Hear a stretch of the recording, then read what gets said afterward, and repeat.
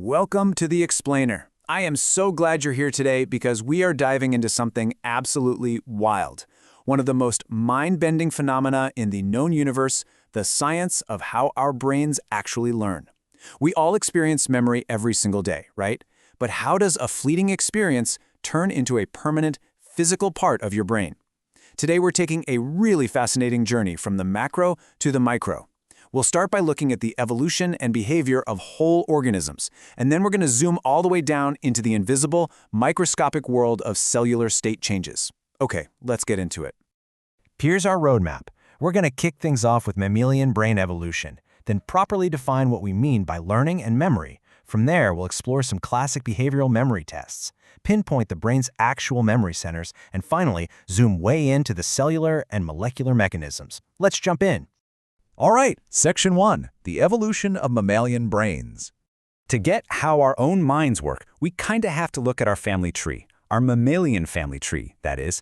Think about the traits we share, like complex skin glands or early suckling behavior.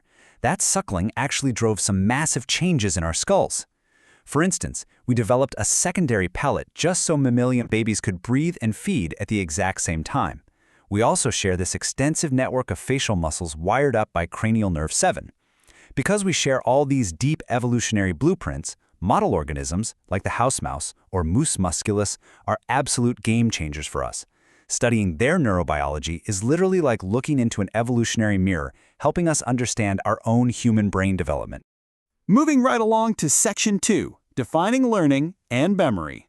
We throw these two words around interchangeably all the time, right? But biologically they are distinct. Learning is the actual acquisition phase. It's when an animal forms new responses to a stimulus and changes its behavior based on new knowledge. It's the doing part. Memory, on the other hand, is what happens next. It's the storage and the eventual retrieval of that knowledge. Basically, you learn that a hot stove burns, but it's your memory that stops you from touching it again the next day. We can actually chop memory down into two main types based on the information itself. On one side, we have declarative, or explicit memory. This is the conscious stuff, facts and meanings. If I ask you, what's 10 times 8 times 3, you are actively digging that out of your explicit memory. On the flip side is non-declarative, or implicit memory. This is your totally unconscious recall of how to do something. Think riding a bike or tying your shoes. You don't have to consciously think about the exact muscle movements. Your brain just implicitly knows what to do, based on past learning. So we know what memory is, but how do we actually measure it? Let's jump into Section 3, behavioral memory tests.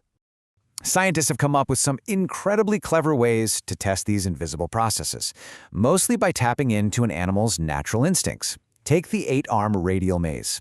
It totally plays on a rat's natural drive for food. There are 8 arms, each with a little food reward. Once the rat grabs a snack from one arm, it has to use its working memory to remember, hey, don't go down that one again, it's empty. Then you have the novel object recognition test. Animals are naturally super curious. If you put them in a box with a couple of familiar items, let them explore, take them out, and then swap one of those items for something brand new, well, they'll spend way more time investigating the new object, which proves they remember the old one. But if we're talking about spatial learning, the absolute gold standard is the Morris Water Maze. The sheer genius of this setup is that it completely takes a rodent's incredible sense of smell out of the equation. It's super elegant. The animal goes into a pool of opaque water and has to find a hidden, submerged platform to get out. Since they can't see or smell the platform, they have to rely entirely on visual cues set up around the room to navigate. You can actually see the setup right here. Check out those shapes on the walls. Maybe a red square, a blue circle, a green triangle. The animal uses these external anchors like a literal GPS to triangulate exactly where the hidden platform is. Meanwhile, there's a camera right above the pool tracking every single move, letting researchers precisely measure the latency, so how long it takes, and the exact distance they swam to find safety. And the data we get from this is just fascinating. Look at day 1. The swim path is long and frantic, just random searching. But watch what happens as we move from left to right. By day 4, the path is incredibly direct. Boom! They know exactly where to go. The spatial memory has successfully formed. Now, to make sure it wasn't just a lucky swim, researchers do what's called a probe trial on day 5. They just take the platform out entirely. And what happens? The tracking shows the animals swimming directly to the target quadrant and just lingering there, searching exactly where its memory says the platform should be. It's brilliant. Which brings us to Section 4, the brain's memory centers. Where is all this spatial mapping actually stored? It turns out different kinds of memory live in entirely different neighborhoods in the brain. For working memory, like holding a phone number in your head for a few seconds, we look at the prefrontal cortex. In experiments where monkeys are trained to perform specific working memory tasks, which is remarkably similar to how humans do it, researchers can literally measure spikes in neuronal activity right here in this prefrontal region. It acts as the brain's temporary workspace.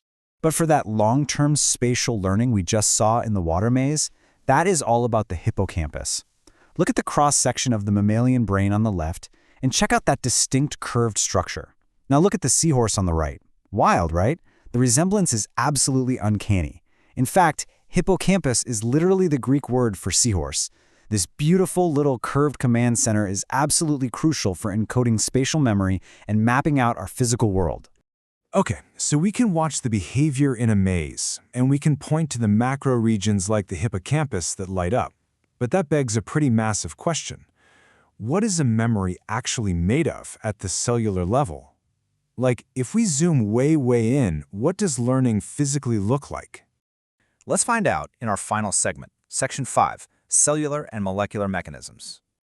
To really grasp the cellular level, we have to recognize that the nervous system basically runs 4 distinct operations for memory. First up is acquisition.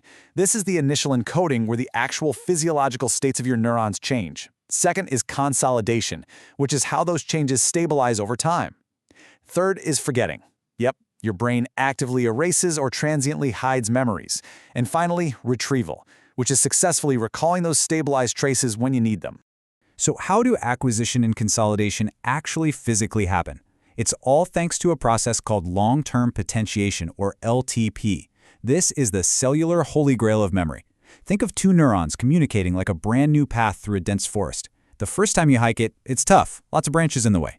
But the more you walk that exact path, the more the presynaptic neuron fires signals to the postsynaptic neuron, the wider, clearer, and stronger that trail becomes. This amazing ability of our synapses to strengthen and adapt is called synaptic plasticity.